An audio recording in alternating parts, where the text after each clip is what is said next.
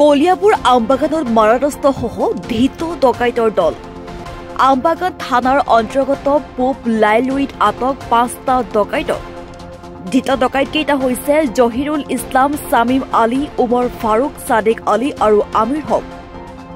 ডকাইতকেইটাৰ পৰা ৪ round হজি গুলীসহ 9mm pistol জব্দ, লগতে ৩৩,০০০ টকা আৰু মোবাইল ফোন, খুকুৰি আদিও জব্দ কৰে আৰক্ষীয়ে।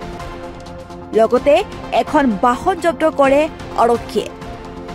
আমবাগান আৰু কাৱৈমাৰী আৰক্ষীৰ যুটীয়া অভিযানত কৰায়ত্ব কৰে ডকাইতৰ দলটোক। কোন ঠাই আৰু কি হৈছে? এইটো আমবাগান হয়। আমবাগান হয়। মোৰ ঘৰ হাতীয়াখ, মোৰ গৰু চুৰি হৈছে 5টা, মোৰ দুটা ইয়াৰ, মোৰ লগত আহিছে তেখেতৰ হৈছে 3টা, 5টা। দৌৰি ফুৰি আছো, বিশ্বনাথ গৈছো, চতিয়া থানাত গৈছো, ওলনি থানাত এজাৰ দি আছে, কিন্তু আমি একো সুনখতন একো পোৱা নাই। কিন্তু আজি এই ধৰাৰ কাৰণে চতিয়াৰ পৰা আহি পেলাই বা বিশ্বনাথৰ পৰা আহি পেলাই যে ধৰিছে, মানে পুলিচ প্ৰশাসনক আমি ধন্যবাদ দিছো। অসম পুলিচক ধন্যবাদ দিছো। হাতিয়াৰ চাওক, পিষ্টল পাইছে, আকৌ ডেগাৰ পাইছে, আকৌ সৰু সাৰা বস্তু আৰু বহুত বস্তু পাইছে। মানে এইটো ধৰাৰ কাৰণে অসম পুলিচক আমি ধন্যবাদ দিছো। ক'ৰ পৰা ক'লৈ আহি খেদি খেদি ধৰিছে? বিশ্বনাথৰ পৰা আহি পেলাই আপোনাৰ লাইলুৰি ধৰা পৰিছে।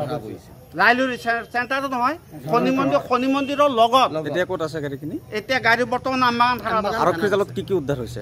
আৰক্ষীৰ হেৰিয়াত পিষ্টল ওলাইছে, ডেগাৰ ওলাইছে, হা, আৰু আপোনাৰ আৰু বিভিন্ন কিবা কিবি ওলাইছে, ৰছী ওলাইছে, কাঠৰ টুকুৰা ওলাইছে। কেইজনীয়া ডকাইতৰ দলক আটক কৰিছে? 5টাক আটক কৰিছে।